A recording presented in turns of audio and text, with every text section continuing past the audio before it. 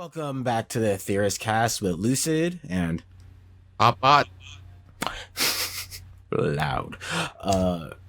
And we just want to talk to you guys about Loki and just talk about our feelings and thoughts about really how this opens up, because all these new little words from executives and people on the inside are saying that Loki's the most significant when it comes to the overall changes to the MCU or what's to come. At least that's what I've been reading. I don't know if you've been reading that stuff. I haven't been reading about it, but I have, the few blurbs that I've seen on the internet. I've seen stuff that's alluding to that, and everyone's trying to spoil the show. So, of course. I mean, I think that's kind of the fun now. I think Marvel and Disney are doing really well to understand that is part of the experience, and I think WandaVision was a great example of them understanding that and adding that into their overall Bible. That seems, at least with just saying like, okay guys, now make sure you craft your story with some good, like, finesse, and people are going to be trying to pick it out if it stays around for a while. So I mean, play with the audience. You mean telling the writers that? Yeah, and the directors. Yeah, because they've always had a Bible, right? I think that's why the Eternals is so significant, because this is apparently one of the first movies, real properties that they'd done where they really didn't tell the director what to do, right? Or at least tightly, to the point where, like, and we've talked about on other shows, why Edgar Wright left Ant-Man, because he couldn't deal with the constraints that Disney and Marvel put them through, or put him through. So he just left. So yeah, I got you. But with this woman, they're just like, she said, I think she herself said that she just let you Disney was like, do whatever you want, right? Or just like, here are these kind of few things we need, to stick within the, our guidelines, but besides that, do your thing. And it's why apparently it's going to be so cinematically different. It's gonna be tonally different. It's not going to, at least from the way the trailers and the interviews, it could be off base, but since this is the director of No Man Land, it seems likely that we're going to get that kind of stuff that Martin Scorsese was complaining about, or how cinema is dead because of Marvel movies, and we're about to get probably a really cinematic Marvel experience. When I get so I know we're talking about Martin Scorsese over a year after, he gave his point of view on the Marvel Cinematic Universe and these giant movies. And I understand part of what he's saying, but I also need the world to acknowledge, like, pants, right? The reason we wear pants today is because it's the best technology. We all started off naked, then we wore dresses, and you've heard me say this before. Then we got horses, and we came up with another system. Hey, pants work better on horses. And it's just, times change, the world changed, the way we consume media changes. What is entertaining to us changes. If you went back and showed me Godzilla from, the 1970s, I'm not going to enjoy that. It's just, things are different. And yeah, Goodfellas was a great movie. Can you make that same movie today in the same way? No. And why should you be able to? Because the world itself has evolved immensely in that 30-year time period. So, you can mourn the passing of something, but you also have to acknowledge that the world is different. And Martin Scorsese's views and his situation that he grew up in, that was how he grew up. That was the world he was in. That's how he consumed cinema. It no longer exists, right? So You can keep wearing a dress if you want to, or you can keep walking around naked if you want to, but we wear pants today, right? So that's all I have to say to that. I mean, I understand. Some people do walk around naked. And we live and we're in a country where most people wore dresses or thobes, right? So, but an interesting point is, or I guess a counter argument is not so much that, and it's not really so much a counter argument. It is on the point of view, but it's interesting. I believe Wisecrack did a video on it, basically on his point about it, and pointed out that Scorsese was the Marvel of his time. Right, Italian mobster movies. He made he made popcorn flicks. So and he had his haters that were like, oh, this is the end of cinema and stuff like that. So it's interesting that it's almost like that we want to say times are changing, but really it's almost the times haven't changed. It's that the only thing that changes are the people within time, and they just become like the people that they used to hate against, right? So my argument to that is this, right? Again, times have changed. What it takes to produce a vehicle is much different in 2021 than it was in 1975. And Scorsese's movies that he made, you could not make that movie at an acceptable cost point for the television audience.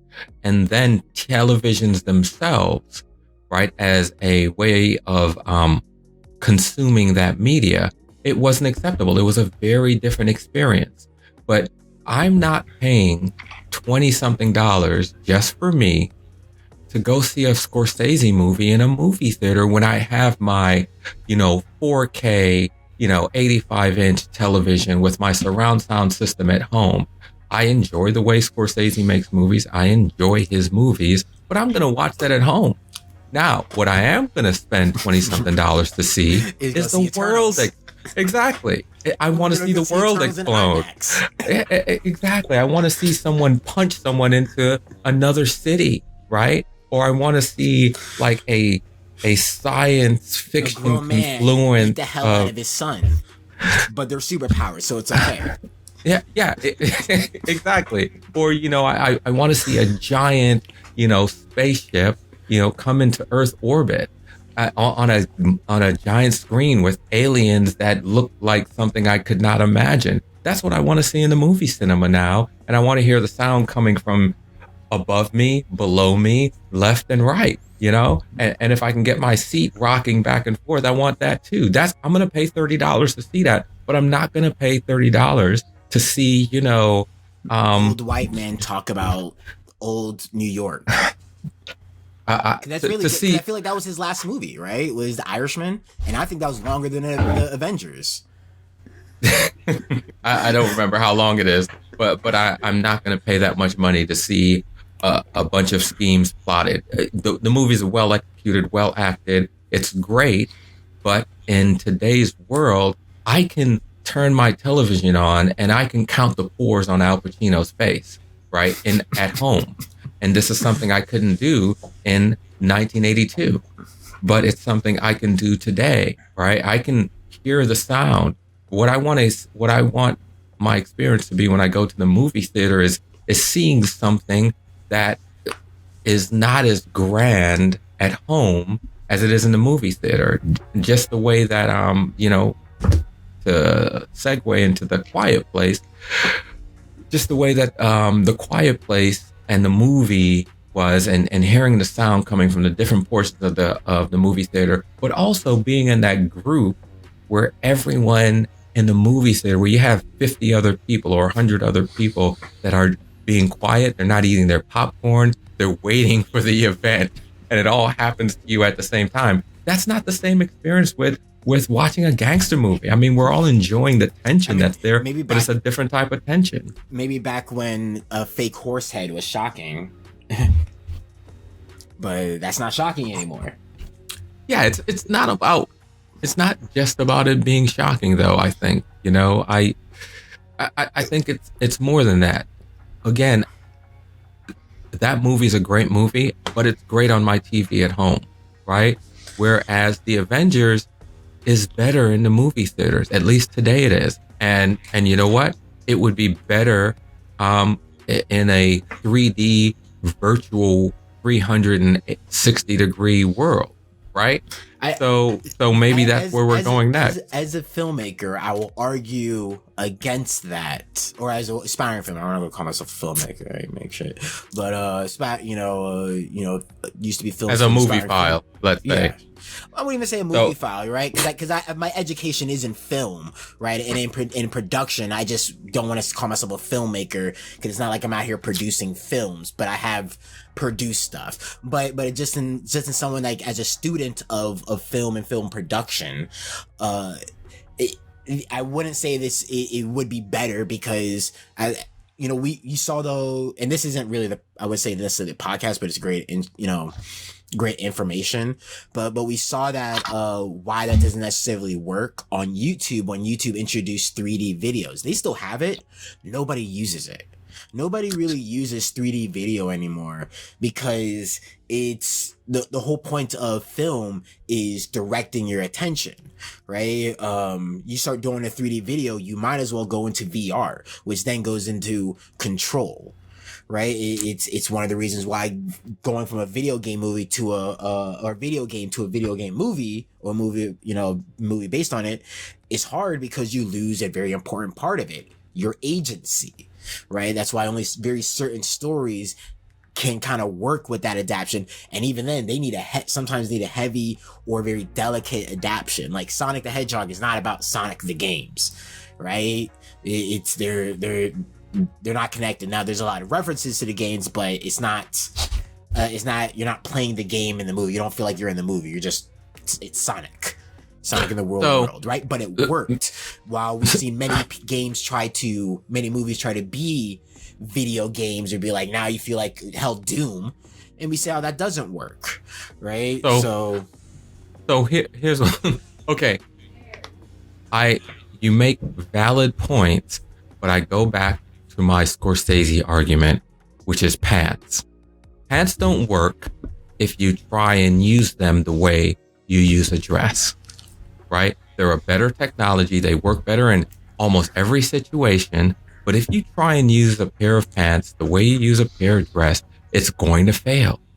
So movies, media, consuming that. Let's just take, for instance, and again, I'm not a filmmaker. I'm just a movie file, and again, I don't know if you can even call me a movie file because I like my genres. But let's just take that for example. If I'm making a movie, I want to control the perspective of the audience. But let's talk about us sitting here doing this podcast, or us going for a walk. Let's say we go to the mall together. If you and I go to the mall together, that's one story. But then you decide to go to one store and I go to another store, and we say we're going to meet back up here in 5 minutes or 20 minutes. Well, that's two different stories. And then every person you meet, they have a different story. So what I foresee happening is that creative, inventive, artistic writers will exploit that point where if something's happening in front of me, because again, you're controlling the view of the audience, but there are 2 or 3 people behind me. What's happening to them? What if I watch the movie from their perspective and see what happened to them? Again, the example I give you is Ender's Game and Orson Scott Card's sequels to Ender's Game, which talk about who the story was actually about. So I invite everyone to read the story and then read the book that followed Ender's Game, because it wasn't about Ender, right? The story's about someone else that you don't even see. You meet them, but you don't read their story. Then he tells the story from their perspective. So that's what I'm saying. And these other technologies allow us to do that. And experiencing a movie in 3D is very different than experience a movie in 2D. So, yes. And my point is what if the person chooses not to follow either and just stand there? They just Okay, stand so there. That's what I'm saying. wait. Because now, Let me answer that. Let me answer that before you go on. The answer to that is apples or oranges, right? If I go into the grocery store and I want apples, I'm going to pick up apples. And you sell apples to people who want apples, right? If that person, so now we break it down to a person goes to the movie to see a movie, but I'm not going to go see a gangster story in the movie theater. I'm going to go see a sci-fi or an action movie, right? I might go see an independent film that is of deep thought, but it's where the audience decides what they want. So there is going to be an audience for that film that is going to want to follow each and every character in that movie and watch the same story 6 times, but watch it through the eyes of different people. And then there are going to be people that don't.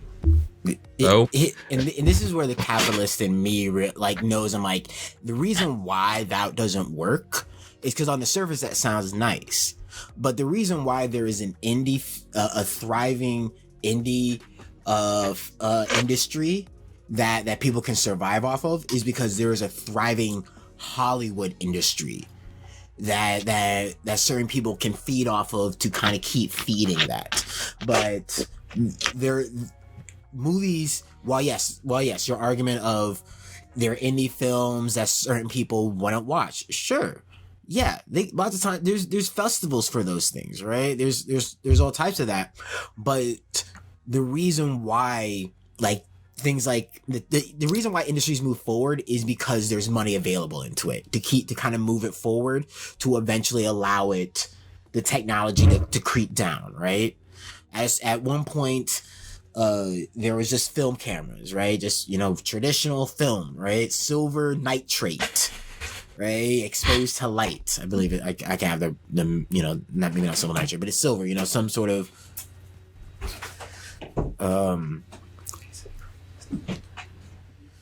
I got what you're saying. I'm with you. Go on. Are you still with me, or did I lose you? No. Sorry, there was something.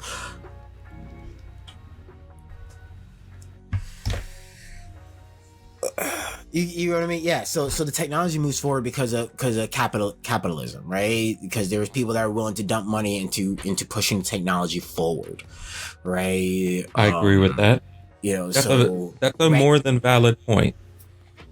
So now that the only reason VR is reaching a point where, anybody can use it. I can pick up a VR system for $300, right? And start tweaking with it, and with a practically free gaming program to make a kind of a free game to then possibly sell, is because there's been a commercialized industry of people willing to make things for everybody, right? There was a reason why VR didn't take off, because VR was so expensive and prohibitive and wasn't something that everyone could just get into, that it wasn't worth dumping millions into. But the technology has caught up, and that's the same thing with film, right? The film has always been open, right? There are people that want to make, there's always going to be Kevin Smiths that want to make Clerks that may or may not ever blow up, right? But there's going to be that want to make Clerks. But then there's going to be dudes that are like, hey, I just want to make some money, so I'm going to make what is now those pump and dumps, right? I'm going to make something for sci-fi. I'm going to make something, the run by the books dramedy or comedy or romantic comedy with Ryan Reynolds and Sandra Bullock, right? Because that's safe and that makes money. People watch it and everyone can consume it. Yeah, you might not go into a gangster film, but if you accidentally walk into a gangster film, the general idea, especially in the filmmaking, is that you should be able to consume that film. It shouldn't be outside of your scope, right? No, I don't agree with that. That's like saying you set up libraries where that sections of libraries that everyone's going to want to experience books in every section of a library, and I don't agree with that. Sure, not everyone's going to want to experience every book, but when someone's releasing a book, they want as many people. Right? They want many people to read it, right? Yeah. They're not thinking, I only want about like 10,000 people. I don't really like the people like that. You don't even want to deal with those people, right? There's a reason why Such and Such for Dummies was such a huge hit, right? Because writing even for concepts that are beyond most people, writing in a way that they can understand is the best way to reach everyone. Right now, you can choose to write above them, but that's on you, right? Those people generally, aren't rolling, right? Most of the time, honestly, those people are surviving off of the people that are doing the other stuff, that are willing to sell for everybody. So the issue becomes, where's the money in it, right? If VR movies are so niche that there's almost no money in it, who's going to do it? What studio is going to invest a lot into it to then encourage others? Let's look at it. Let's look at it. The whole reason we're getting so many black films and black prominent stuff and people of color is because of Black Panther. Black people can, and I see a lot of black commentators like, I hate Black Panther. I guess you can be as mad or whatever you want because you just want to be counterculture or whatever you want. But it's one of the reasons why we have things like Us and Get Out, right? That it showed all of Hollywood that, hey, stop neglecting us. There is money here. Because somebody was willing to dump the money into making a very expensive, pretty good movie, right? People shit on it, people shit on it. I'm like, yeah, Thor: Dark World, Thor 2 was like trash. Like, let's be real. So it's like, Black Panther wasn't bad. So the fact is that somebody was willing to dump the money because they knew they would make something out of it. It would appeal to most black people. Sure, it didn't appeal to all of them.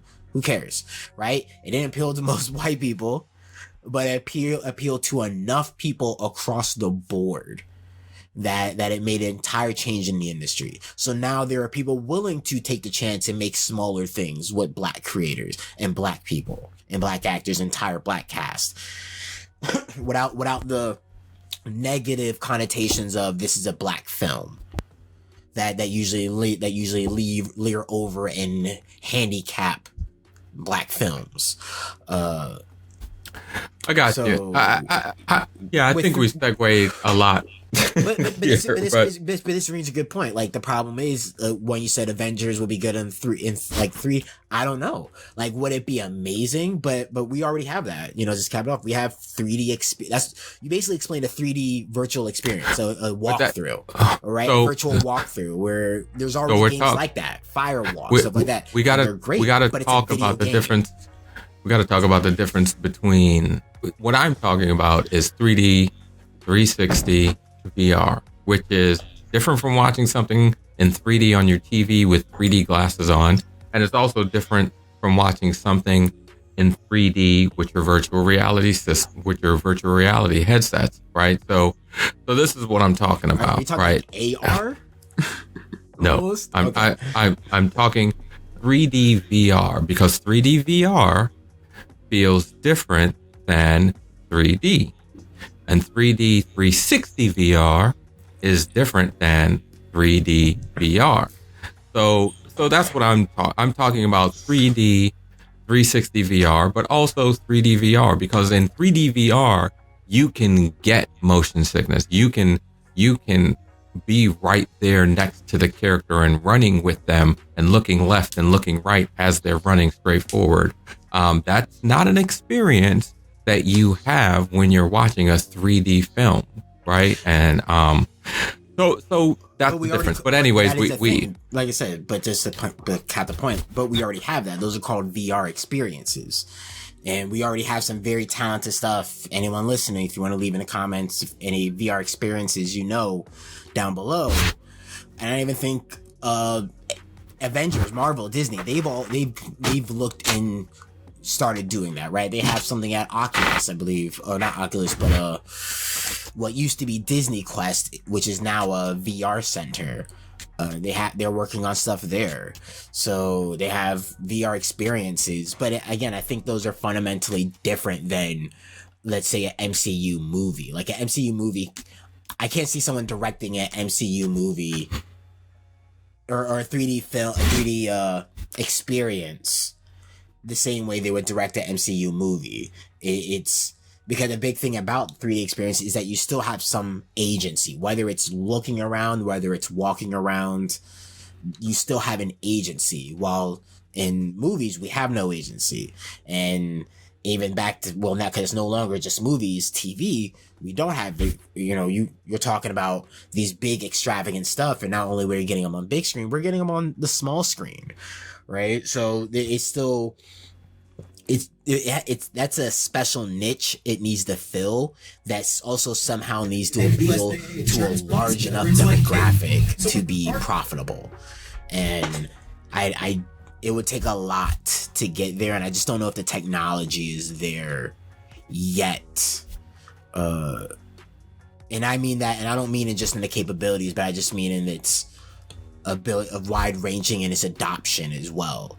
That to really make like, oh, I'm gonna sit here for 2.5 hours and watch a movie and try to keep up with 1,000 different things happening around me. You make another good point. I found personally my experience in 3D, 360, virtual reality headsets, you can't sit in there for 2 hours, right? So again, this is where the genre itself changes. I want to watch a 2 hours Avenger movies. I want to sit there and watch that in the movie theater. No way that, because it's exhausting, no way that I want to sit in a 2 hour 3D VR 360 experience, because it's exhausting mentally and I mean, I can just, yeah, some people physically. Yeah, for some people physically, like, but anyways, but this is, again, this just talks of the changes that are coming, and what do I know about them? Nothing, because I'm not making 3D 360 VR movies, but I'm just telling you how I feel. I enjoy experiencing them. I, as someone who loves sci-fi and has watched, have gone from watching Buck Rogers in the 25th century to holding a phone in my hand where I'm calling someone and seeing their face in real life. That's amazing to me. But your experience being born, 30 years later than that, is different. So different things are amazing to me. VR is amazing to me, and what it can do is amazing to me. So I just realized though, so at least we can go on to, I just cap it off. I just realized the issue why, basically to cap it off, the viewing tech is there, as we see. VR headsets, they're coming and they're there. The problem is the recording tech, right? Look up just look up 3D videos. Look how weird they look, right? Right now, the tech is not there to not only record 3D videos. I mean, we have the tech to record them, but it's not cheap and it's not convenient, right? I agree with that. And it's even, and a lot of what it's not up to quality. Let's say compared to like recording like 3D cameras and then just making everything in CGI, it does not look the same, because there's always going to be kind of this fisheye lens if you use, unless you go expensive, meaning like 4 cameras at once, 4 or 5 cameras sometimes. Yeah, I'll definitely agree with that. We have a long way to go, and just speaking about the Oculus as far as entertainment, most of it is math, but some of it is amazing, and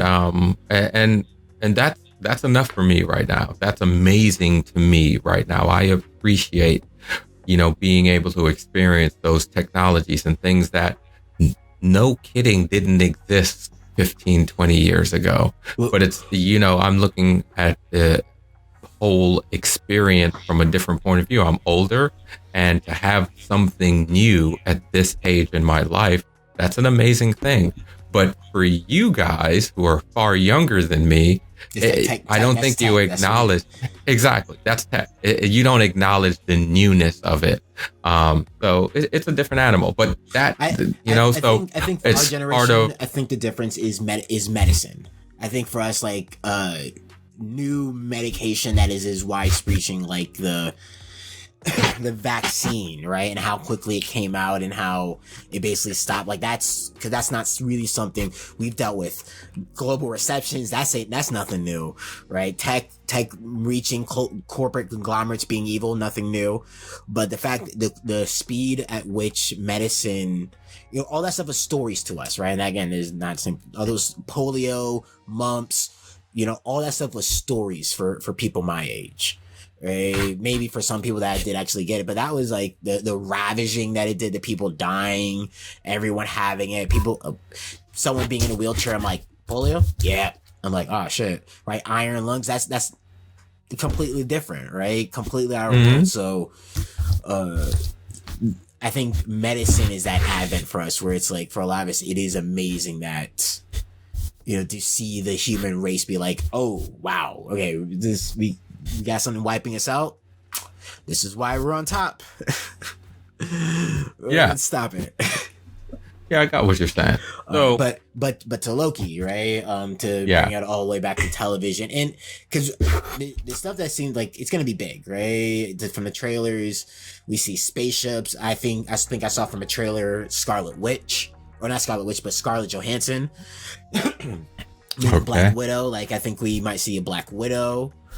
In this show, from what it looks like, because it looked like they were on the planet she died at.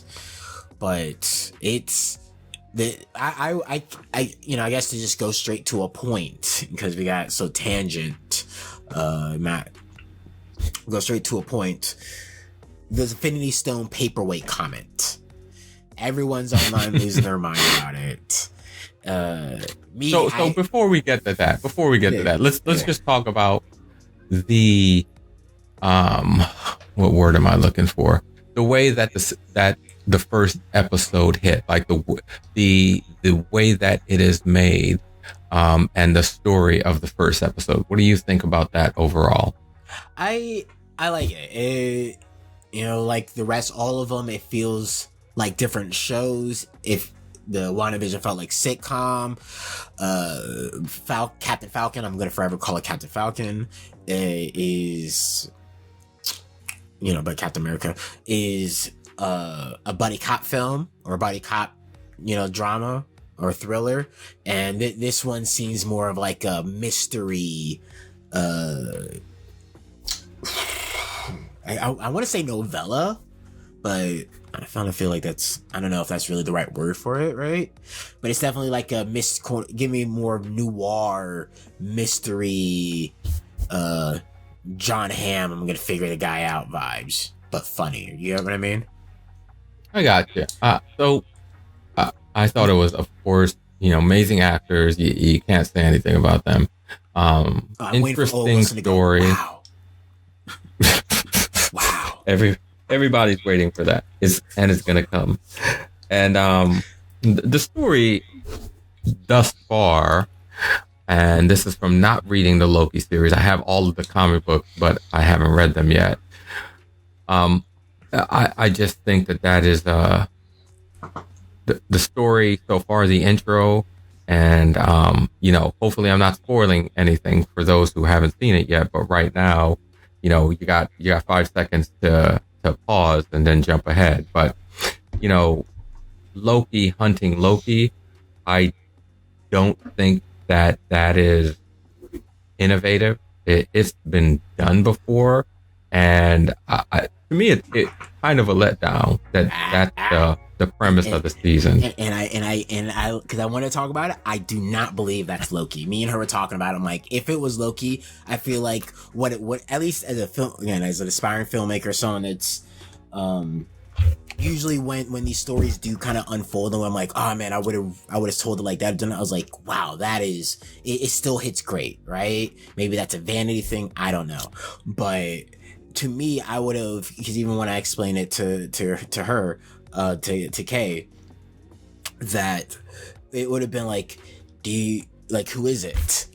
and then it would have would have gone to him, shadowy, lift off the hood, and it would have been like Loki, eye patch or Scar, all evil Morty, right? Like reveal, bum, bum, right? Big reveal, right? If you're gonna go cliche, right? But the fact is that he was still cloaked all the way to the end makes me feel like it's not Loki, that's a red herring. It's a misdirection. Because as I said, they know that this is what we're doing. They know that we're doing this. Disney knew we were going to do this podcast before we did this podcast. Okay. Right? Yeah. Right, like they knew we were going to talk about this shit. So the fact is that they didn't show him makes me feel like it's not Loki. And that he's telling Loki it's Loki because what is Loki? If not vain as hell. So if you tell him, oh, it's so you not only think it's not Loki, you also think Owen Wilson knows who it is, and that, yeah, I can't even remember Owen Wilson's character's name. Mobius, I believe. Mobius, yeah, Mobius. Okay, so. Interesting. But yes, I think he's misdirecting him, because if he told him exactly who it was, Loki wouldn't give it hell. He wouldn't care. He would be like, I don't care. That's not my problem. Just send me back in time or whatever, right? Like, you're just like, I don't care. What does this have to do with me? Like, Loki is, if anything, cares about him and his own. Thus is him. Maybe Thor, maybe Thor and his mom, depending on how he feels. But like I originally when they were in the church and he's like, who did this? And he pointed at that paint at the glass stained window. To me, God, I can't remember his name, and I really should have looked it up before we started. But all I saw was Nightcrawler's dad in that devil thing. I thought it was supposed to be the devil, but since they were in church. Yeah, because it's like, well, I feel like that, it didn't really look as Azazel. Azazel. Right? Azazel, yes, Azazel. But it didn't really look like Mephisto outside of him being really red. Because it's like the devil is technically in our universe Mephisto, right? There is a actual like god of hell, I think, but that's not him. Like, because I think they're also playing with everyone since if they've had time to know to like do anything, or they knew what they were doing. Because it seems as though like they're gonna like, we know people are the 666 people are gonna think Mephisto and Scarlet Witch. Hey Loki, you want to do a little Mephisto tease, but not really? Yeah, sure, let's fuck with them, right? But what I think is, because I pay attention to the language, right? Like, words are very important to me, and especially with Disney, they're not just gonna say lines that don't matter. So what they said was per their formation, they didn't see it coming, just like the last one, just like the others. And I was like, who moves that fast? Right? And he's like, stab booms, just like their motive. I'm like, what the hell? It's like, and it didn't really connect. I was like, and then he pointed to that devil thing. I was like, oh man, is this a reference to the Fox X-Men Azazel? Because remember, he poofs, he's fast, and he stabs. Mm-hmm. Right? A lot of thought going into that. If you remember X-Men First Class, he was the one that attacked their base. That was part of the thing where he's like, when they wanted to lower the defenses to get to the mutants, to the young mutants, they used him to poof around and kill all the guards. As we saw in X-Men 2, Nightcrawler, how he was able to go into, how he was brainwashed to almost kill the president, right? And he was able to move fast enough where Secret Service didn't know what was happening. Yeah, the Nightcrawler in X-Men 2 was garbage, but he had cool fight scenes at least. They might have, but the cool for its time, as we say, for its time, it was impressive to see Nightcrawler, like especially the work they put into at least his powers. That's why I've always appreciated the X-Men movies. But to me, I gotta go back and watch it again. I didn't like the character. It's like I don't like loving a character in the comic book and not liking them at all when I see them on screen. It's you have to really work hard to make that happen. But sometimes Hollywood does it. What do I know? I'm not making movies. So that's my complaint about that. But we'll see. Maybe this is another hint at, like, hey, we're really bringing in the X-Men, but we're not going to be dead on the nose about it. We're going to tease you with a lot of their ancillary characters that you might be familiar with, like a Quicksilver, right? And bring, maybe, hell, they might even, if my prediction is correct, right? And it's not even really a prediction. It's more of a feeling when they pointed to a window. That was my third. And remember, that was long before they said Loki. So in the beginning, I was thinking, is this Azazel, right? The devil, right? He pretty much looks like a devil. He looks like a demon, right? That's his whole point. He looks like a devil. Nightcrawler, he's just a blue version of him. So that's his issues. He's like a blue devil. That's his, but he's really Christian. We know all this, or at least those of us that are like, at least in the X-Men lore, like I am, know this, right? They're like, there's only a few like really red guys that are like stabby, like, cause Mephisto getting his hands dirty like that, I don't think that's, and I might be wrong, I'm not super up to date on all of Mephisto's lore, but that doesn't really scream Mephisto's lore, going around and killing people with his hands. He's more of like devil deal guy, right? I'm gonna influence other people to do my thing, but stab, that doesn't feel like Mephisto. But why would that kid point to the stained glass, right, of a devil? I would get it if it was like, a white dude, right, or generic, like a white, maybe like Jesus looking guy, maybe, but with Loki horns. I'd get that.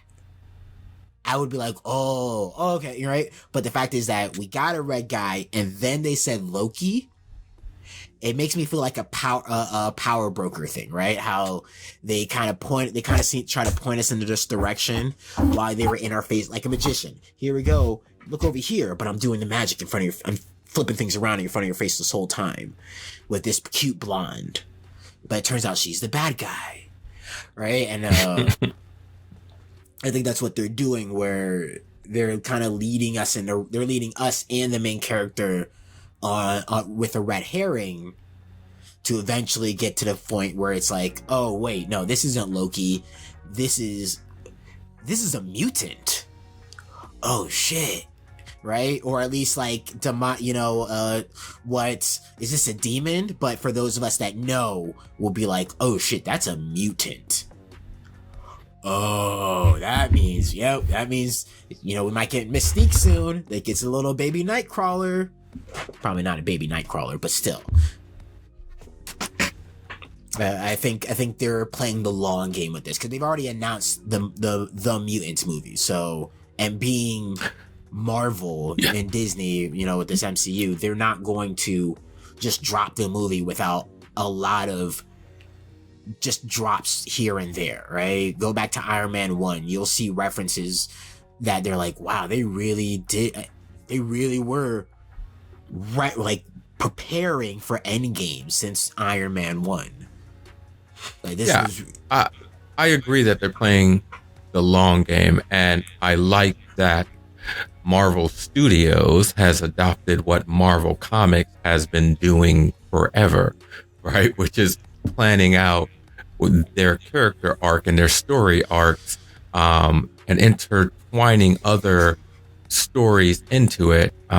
This is what comic books do, right? This is what especially good comic books do, especially when you have a group as large as Marvel or a group as large as DC.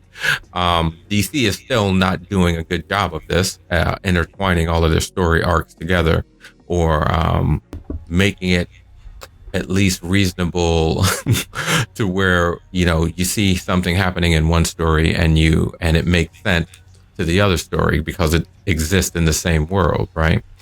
But I like that Marvel has taken that, and I think a lot of people are amazed by that. To me, it's just good writing, and it's the way that comic books that are being brought to the big screen and even the small screen need to be done. Like they have the Arrowverse. I think DC's doing a pretty good job, or Fox is doing a pretty good job with the Arrowverse, intertwining all of those characters. CW, that was CW, yes. Sorry, and not CW. everyone likes the Arrowverse. I was with it for a bit, at least with the Flash, because I love my speedsters. No matter what brand, speedsters are cool.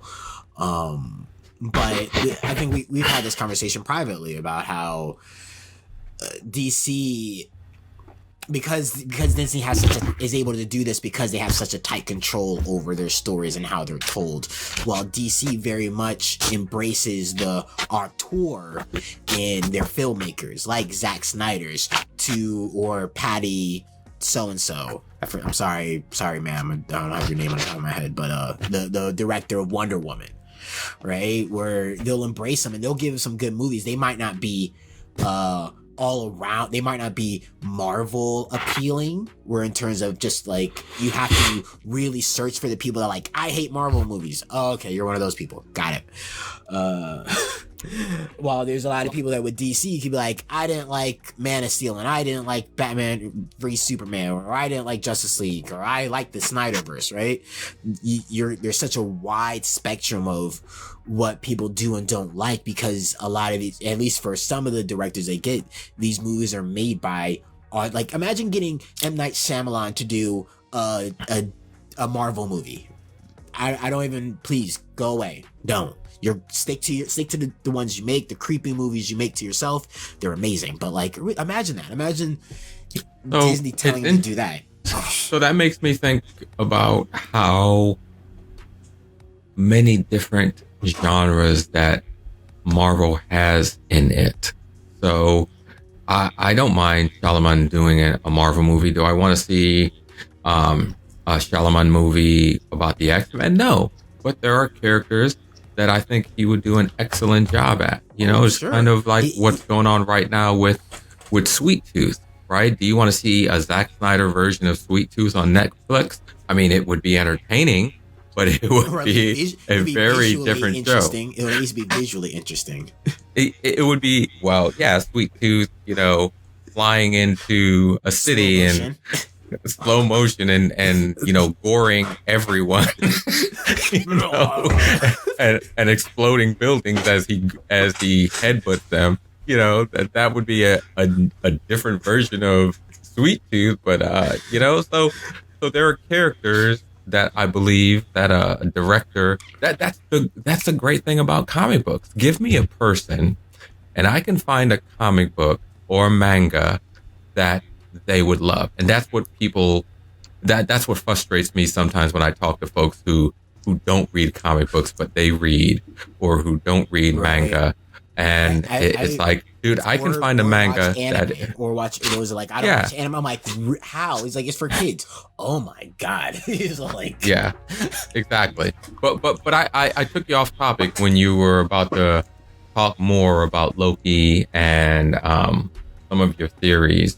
Yes, but yeah, so you know, but that whole thought about Azazel came before we even really had Mobius and Loki interacting and Loki running off and finding the Infinity Stones, which again also tells me that I'm like, okay, we might be getting, because I'm looking at here, and it's like looking at Azazel, a member of a race of demonic-looking mutants known as the Nephilim, which date back to biblical times that were banished to another dimension by a race of angelic mutants.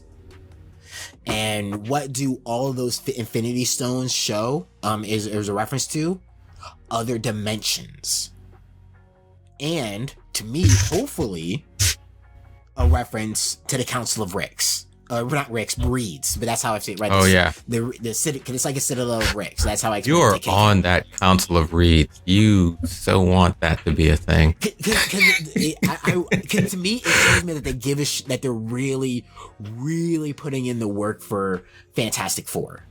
I'm not even a Fantastic Four fan. I've never read a comic, but I want them to do it right.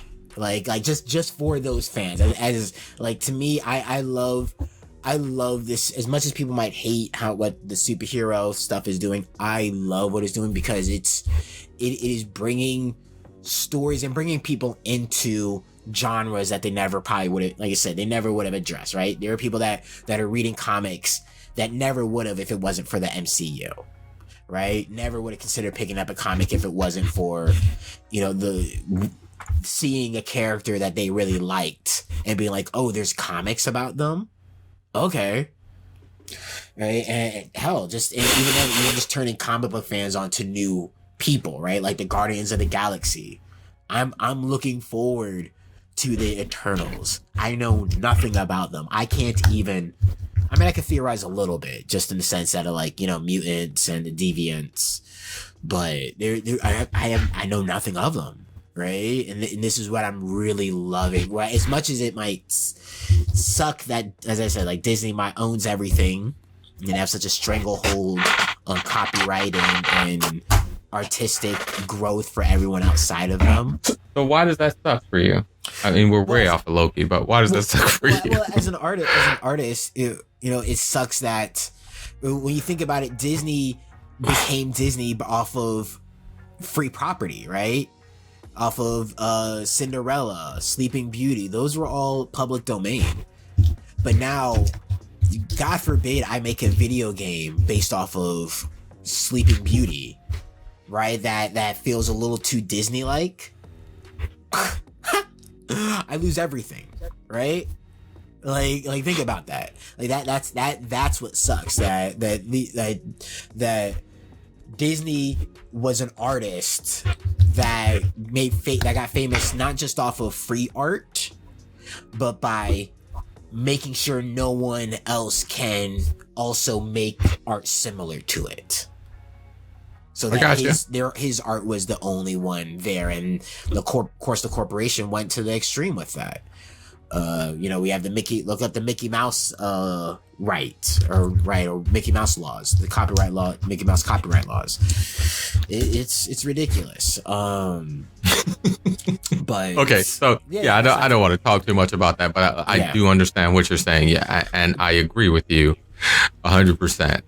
But yeah, so I get you. But back to the positive of them owning, like I said, buying out, owning Fox, or at least their properties, is the fact that now we can have a cohesiveness of things like as we had in the Marvel's comics, right? Where all these big branching stories.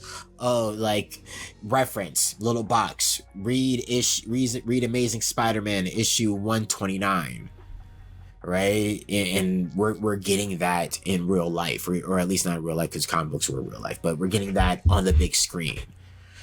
Right? At least mentally. Reference to Thor Ragnarok. Cool, right? And something that we just couldn't get back when Marvel sold everything to everybody and people were just doing whatever with these properties. Yeah, there are so many false starts and so many bad versions. It's like heartbreaking as a kid, and I'm sure I can't even imagine what the creators went through, but heartbreaking as a kid to want to see a good Captain America or a good Spider-Man movie or a good Punisher movie, which still hasn't been done yet. I guess Punisher on Netflix is much better than any of the Punisher movies that were created. But I think, which is a great example of why not everything is meant for that 2.5 hours constraint. And that's why we're seeing movies now going for 3 hours, and we're just gonna have to split it into two. We're just gonna have to split it into two into 2 years, like when they actually have to, like Endgame, not things like Hunger Games, but when they actually have to split like the last two movies, like no, otherwise you're sitting through Titanic, like 3 Titanics. I agree with what you're saying, for sure. But I know you had some ideas that when it came to like the Infinity Stones and such, like when it came to Loki. I mean, I said what I said. What do you think? So, I'm not crazy about the Loki chasing Loki. And in reference to the Infinity Stones, I kind of like the idea that they're saying, that they're showing, Loki realizes that the Asgardians are not the biggest game in town. They're not the most powerful beings that exist. Loki is a god, and he believes he is, and because of that, he believes he is ultimate power, even though Marvel tries to explain that they're just another race or species, right? Or creature existing in the universe. And he sees, with the Infinity Stones that, to these people working here at the TVA, that the Infinity Stones are nothing, as powerful as they are. And I like that that realization is changing him. One of the things that I have problems with is I enjoy the Loki character in the MCU, and I enjoy his evolution. Oh, the retcon. Yeah. I was about that too. Them changing him into some nice guy who, just wants to rule, but again, he wants to rule everybody and take away free will. And it's like Loki's evil. That's Loki. I understand they have to make him more acceptable as a character because this is a money game. I and just Tom Hiddleston, feel we can't make him a bad man for exactly ever. He can maybe play one movie, but like he can't be like you're always a bad dude. You're too charming. Yeah. Yes, exactly. And I, this story that they're telling, it is these aspects of it, him chasing himself, if that ends up being what it is, and you think it's not, and him trying to be a good guy, work for people trying to do good in the multiverse, as Loki, those things are just not appealing to me. Do I want to watch a Loki series where I see him devastating places? Sure. Because who is he fighting? I'll be rooting for the good guy, but I also want Loki to tell an interesting story of why he is trying to do these things, and not just have it be basic. I wasn't crazy about the whole, like, I don't like hurting people. I was like, come on, man. Like, yeah, he's Loki. I was like, it's like, you're a god, dude. Like, yeah. And the way they tried to soften his description, with saying that, he's the god of mischief, and to see it's like, okay, yeah, that's what he is the god of, but Loki has done some horrible things and really ruined bad. Lives. Like his whole thing exactly. Is, like, he's deceitful, and it's like exactly that whole funny little talker who's like, one time he turned into a snake, and he loves because he knows I love snakes, and he's like, and I picked it up, and he turned into, he's like, it was me, and he stabbed me, and I was like, that's Loki. He's like, I'll just stab you, because it was funny, because it was for laughs. Yeah, so those things that they're doing, I'm not really interested in, but let's see if Marvel writes it in a way that piques my interest. Yeah, but I mean, as you said, how now the MCU is following the comics. It's good in the sense where, but as I think we've talked about, in the sense that they use the comics as a testing ground, right? Where they're testing different stories that they will eventually bring to the big screen, especially now that Feige is in charge of everything. He's in charge of Marvel Studios.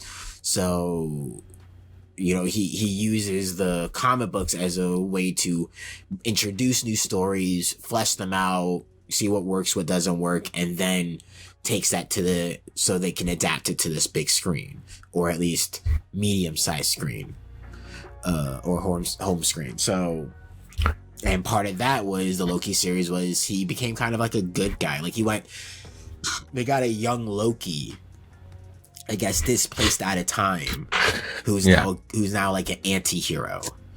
So I think they're going into that direction outside of making him young Loki, but like he's displaced out of time Loki, now here to help. But I mean, yeah. So I mean, hopefully they make it interesting. Yes, if it is just him chasing him, that's not interesting to me. I think that's going to be really weak in the way that they've been talking it up as if like this is going to be like a big deal for the overall MCU. That that doesn't sound like that's it, right? Him chasing him doesn't sound like important enough to have such an overarching story, especially when it came to the drops that WandaVision had and Captain Falcon had, right? The drops of it, of course we kind of, those of us that knew that it was Agatha, but still the drop that like she had the dark hold and that now Scarlet Witch has it and stuff like that, and they both she was being manipulated the whole time by the other dude, right? Even for some people that saw it, it was still a pretty significant drop onto the repercussions of the outside world. Sword, that's big repercussions, right? Not Agatha's no longer represent, but the Darkhold, and really the fact is the introduction of really chaos magic. That her powers aren't are Infinity Stone stuff, but in fact there is actually just chaos magic enhanced by the Infinity Stone. And Captain Falcon was the power broker, right? And now we have villains back into Shield, right? And all the different super soldiers that were around. Now they're dead, but just the implication, the fact that there were more experiments that we didn't know about. There were more fake Steve Rogers, right? Those had big implications. I think those things make perfect sense, though. Loki versus Loki has no, but those things still have big implications on the overall. Hell, just Captain America is a black man still has huge implications on the overall MCU, right? And they can write that in just about every story about how that affects people, right? And what people are doing and how that changes the world. Who knows? Maybe that spurs up a new, neo-Nazi supervillain clan, right? Because Captain America's not supposed to be black, right? They brought that issue up before anyways, right? In the comics way back in the day. So like those things all have big implications. Loki chasing Loki doesn't really have any implications on the universe. Hell, the paperweight thing, the Infinity Stones being paperweights has more implications on the MCU. As like I said, it references the fact that there are people running around with Infinity Stones that they pick up. And some of them probably all we need to see is an Infinity Glove somewhere, and that will definitely confirm my Council of Reed thing, right? That they took that from another Reed, or found that from a Reed Richards, because they made it that he walks around with them when he's traveling the universes. Some of them walk around with them as if they're like Rolexes, and they'll be like, yeah, it doesn't like. And someone one time explained, why didn't you use it to fix? Oh, they don't work outside of my dimension. Nah. And it's like, so you're just wearing it? Yeah, why not? So I can see that. And if they are more powerful than Reed Richards, right? If they're the most powerful example, then yeah, I imagine them grabbing Reeds as well, who are futzing with time a little too much. So all of those have bigger implications, because then again, that has a big implication on Fantastic Four, which has a big implication of Doom, all different stuff. The first family, that's huge. It's huge information to eventually drop. Loki versus Loki. I agree, huge. It's huge. I have not yet been impressed with the way that they have used the Fantastic Four, and there's a couple of characters. They weren't the one using them. That was the thing. You're right. Never been. So we're talking Sony. Yeah, we're talking Fox. Sony did Spider-Man. So they at least did okay. Fox never had a hit. That was a point. Fox has never had, outside of the X-Men, Fox never had a hit. And the Logan was maybe their biggest hit before getting it all snatched away. They were like, I gotcha. And then mine, but that was it. Like they never had a good one. At least Sony had the Sam Raimi Spider-Man, right? The first and second one, those were good, right? Which, and arguably many will argue, was the beginning of superhero films being taken seriously as blockbusters, because they were actually really good films. But we're talking Marvel, right? We're talking Marvel Disney route. This would be different if it was DC. I could see them pulling that pulling that because nobody's talking to nobody. They don't care. But if Loki is really supposed to be more significant than WandaVision, that literally teased some of people's favorite mutant and actor mutant, right? People loved Evan Peters as Quicksilver. So the fact that they teased him only to make like a joke, maybe how is Loki bigger than, at least to me, but I love X-Men. So how is that bigger implications than mutants, which, let's be real, everybody's been waiting on mutants. There has not been a single MCU fan that has not been like, I want the mutants in the Marvel comics or in the MCU. Like how there's not a real MCU fan. Like that is who we've been waiting for. Fantastic Four, sure, but as you said, like they've done so poorly with the Fantastic Four. I don't think anyone has any hopes that they'll be good. Or I think everyone's lost hope. But X-Men, we've gotten some good X-Men, or at least some really strong X-Men moments, some really strong characters, some really strong. I'll agree with that. So we're like, ooh, man, if they just had like the Disney Marvel formula behind them, these might be better than all the rest. Like, at least to me, like, right? Imagine like the First Class movies and all those, but really like the cohesiveness of the MCU Marvel movies. Dude, they might have been amazing. Right? Because we're also seeing that they're at least willing to take some chances, right? They're going a little bit more hard. They're still family friendly, but they said they're not removing the R rating from Deadpool. That they're not going to really get that involved in like trying to tone down Deadpool. Which they shouldn't. Deadpool needs to be what it is. It's like, it's successful. Just don't break it. Yeah, and I think keep going with it. I think maybe 10 years ago that might have been a real worry, but now I'm like, nah, they're not going to do that. There's too much at stake with it being the highest grossing R-rated film I think ever. There's too much at stake for them to ruin it with removing his mouth or something stupid like that. I don't know. Yeah. Oh my goodness. So bad. Yeah, I got what you're saying, man. But yeah, but I mean, we're only one episode in. We got another episode coming in a few days, so maybe they might go full steam ahead and start dropping some stuff on us. But to me, those are just my thoughts, right? Where I am hoping they've done well so far, right? So far, these TV shows have done well. And as much as I like the Netflix shows, they are blowing the Netflix shows out of the water, right? The Netflix shows had really good moments, but it seems as though they've really found the right spot and formula. And maybe it's because they saw the Netflix shows, they had their TV, ABC, Inhumans, Agents of S.H.I.E.L.D., saw what worked, saw what didn't, and really found a sweet spot of like, you know what? 8 episodes at max. 8, maybe 13 episodes max. That's it. Let's do this. And just give us just a few episodes and really hammer in some points. Like, I wouldn't say mini movies because these are technically extended movies, but they're not full series, right?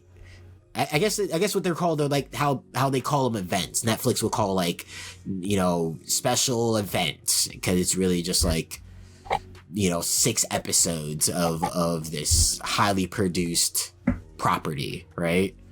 But it's not really going to be expanded into anything further.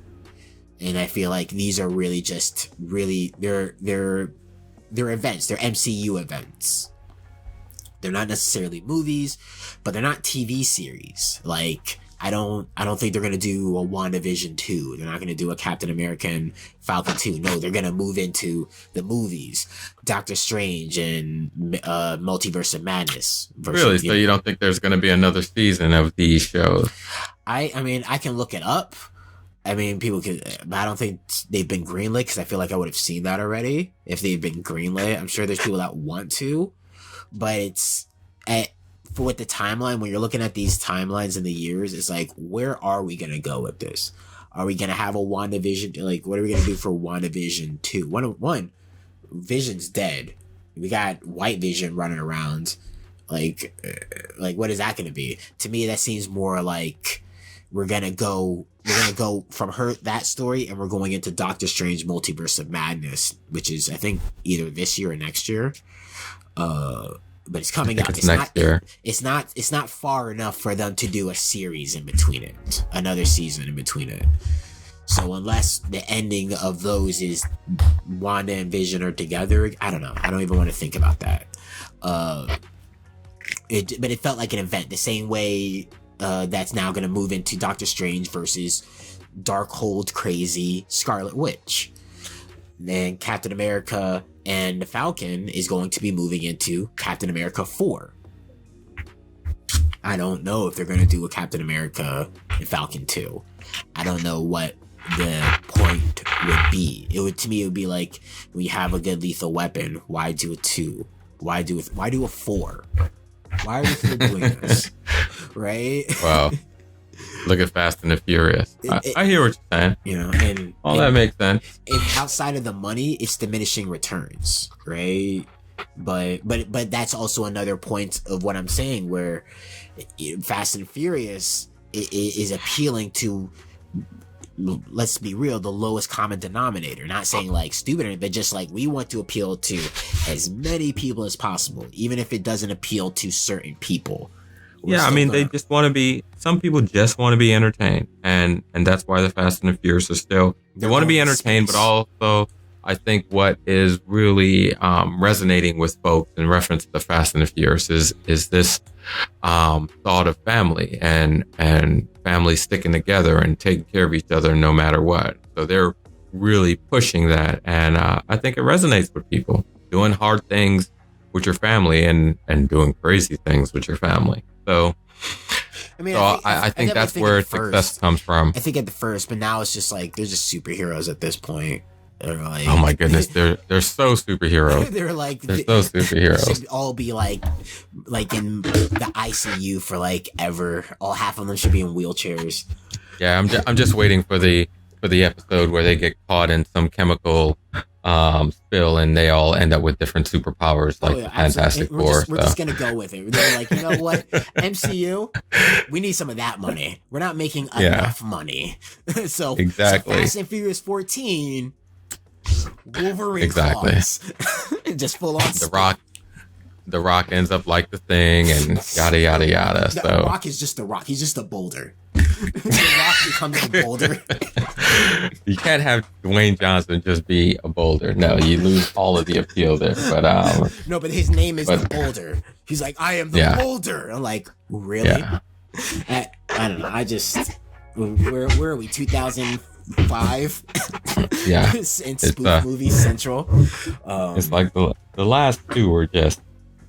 They're going to space, dude. Like, what can you say? They're going to space. Yeah, I saw that trailer. I was like, wow, man. What? Yeah, I'm just waiting for the chemical spill or the the nuclear accident that gives them all superpowers. You know, we're calling it right now. They're getting superpowers.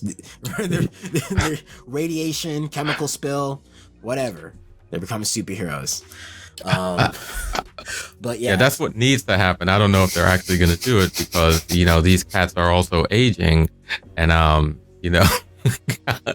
many more of these movies do they have in them? But we'll see. I mean, look at Keanu It'll be Reeves. Interesting. If anything, some of them 20, maybe 13 years. If you keep your health up like Keanu Reeves, he's gonna be doing this till he's like 70, flipping guys over till he's 70. Oh my goodness. I got you. That's if you want to see a 70-year-old dude flipping people over and some people do. I mean, people elbowing them in the nose. I mean, people still go to see Clint Eastwood sometimes, right? I think Van Damme just came out with a French movie somewhere on Netflix. Yeah, I haven't heard about that one. Yeah, so it's also not something I'm looking for. And I had to be reminded. I was like, is he French? And KA's like, yeah, John Claude is in French, and I was like, shut up. Yeah, exactly. All right, I was like, I don't want to hear your logic. Yeah, I hear what you're saying. But yeah, so I mean so overall, I guess that's just your thought. Your thoughts really aren't any theories. You're just not impressed with Loki. No theories, just Not Yeah, impressed. I don't have any theories. And it's hard for me to come up with a theory if I am really, the show was entertaining. It was well executed. I'm just at this point not really interested in the story that they're telling. So if they continue to tell this story, how am I going to flex my muscle on, Yeah. positing where they're going to go with the story? So that's how I feel about it. But hopefully they you know throw a wrench in my work and give me something that's actually interesting. I don't Hopefully. want to figure out shows. I want to enjoy shows and I want to be surprised, but I know that's very difficult, right? I know Superman's going to win in a Superman movie. I know that, but make it interesting for me still, right? How does he win? What does he have to go through? So if he has to destroy an entire city, that's interesting. That's just the way I think about it, right? Loki chasing Loki right now through time where it doesn't really impact other people. Which is why I say I hope it's maybe Azazel, because that just that's implications on, wait, why is there a mutant running through time killing TVAs? Mm-hmm. That's it. Why? Yeah. Or at least because they probably won't call it yet. They'll be like, why is the devil? It looked like the devil. And he's like, why is the devil doing it? Well, us in the know-how will be like, oh man, ooh. That was such a weird scene with that little girl in the church. It's like, what are they doing there? Or little boy. I mean, it's like, what are they doing there? I feel like what's going on in this scene? I got to go back and watch it because I was just to me trying to figure out what's going on the entire time. And I think that's maybe I just missed something. Maybe, and I think that even kind of almost strengthens my point about how that it might be about Azazel. That people who aren't thinking about these kind of things, that scene just is completely out of place. Even when you seem to kind of reference it, like, yeah, Loki likes to stab, right? But then you're like pointing to the window, the devil, and you're like, what? So it seemed out of place for people that weren't thinking too deeply into it, while people like me, who were thinking far too deeply into it, were like, I'm just thinking how I would react as a kid. Anyways, it's just a weird thing. That to being like, what the hell? Yeah. The 17th century kids with dudes with laser rifles and shock gear and business suits from the 21st century speaking to you in your language. You don't even speak your language because they obviously couldn't find a kid that spoke French and to interact, or maybe they just didn't want to pay the kid. So I don't know. It's just the weirdest. Maybe when he spoke his lines, it just wasn't good enough. They're like, here, chew this bubble gum. Yeah, exactly. And it's like, and then the kaboom bubblegum, like, okay, you're trying to tell me something. The devil, yes. The devil. That's also why I was like, devil. Ooh. All right. But I think that's a misdirection on Mephisto. But really, there's another red dude who looks like the devil who likes to stab. At least we've been introduced to that because, again, I like the First Class movies, right? I'm really upset that they killed Darwin. I really like they killed the one black dude who. Dude. So dude, Darwin was the best. I'm like, are you kidding me? That this is the one you chose to kill? Brian Singer, really? Brian Singer, whatever. Like, he's out of the picture. Forget him. So, but hopefully they bring him back, or at least, yeah, they bring him back, especially bring him back as a black guy, because that was really cool. But yeah, I think it's him. I think that scene was light references, was one, red herrings, to Mephisto, to make people theorize online that this time it's Mephisto, to kind of get people in the wrong direction. But really, I think it is Azazel, right? Unless it's like that 666 thing where it was just a reference and it didn't matter. But I feel like it's a little too on, like, what Owen Wilson's character Mobius being actually interacting with this information. It's too important, as opposed to, let's say, the commercial that apparently is just in Wanda's head. The commercials were just in Wanda's imagination. So it makes sense why certain things weren't necessarily important information. But all those imageries are important, right? Yeah. Because he's like, do the oral scan. Like, why would Loki have, now granted, because it looks funny, it had a funny picture on it, maybe that seems like, that might seem like Loki, right? Because it's funny, but I don't know, like the references to devil, church and devil are too much to me, right? Especially again looking him up and seeing that he dates back to biblical times. Like, that's a lot. Like, what does Loki have to do with the church? What does Loki have to do with devil side? Why would anyone, sure, he's a god, but he's not like that kind of god, right? Where people are, humans I hear are what you're saying, man. Especially in this, I don't think, it wasn't like they were in a, what was it? Where Norse mythology is, right? They're in France, right? Where Christianity would rule, which would be biblical, which would mean devil. So that's just, I'm running in a circle, but that's pretty much it. Yeah. I just want to make it known that if it does come out, I was the one that thought of this. I was like, I got it. I knew it. Just putting that out on the airs.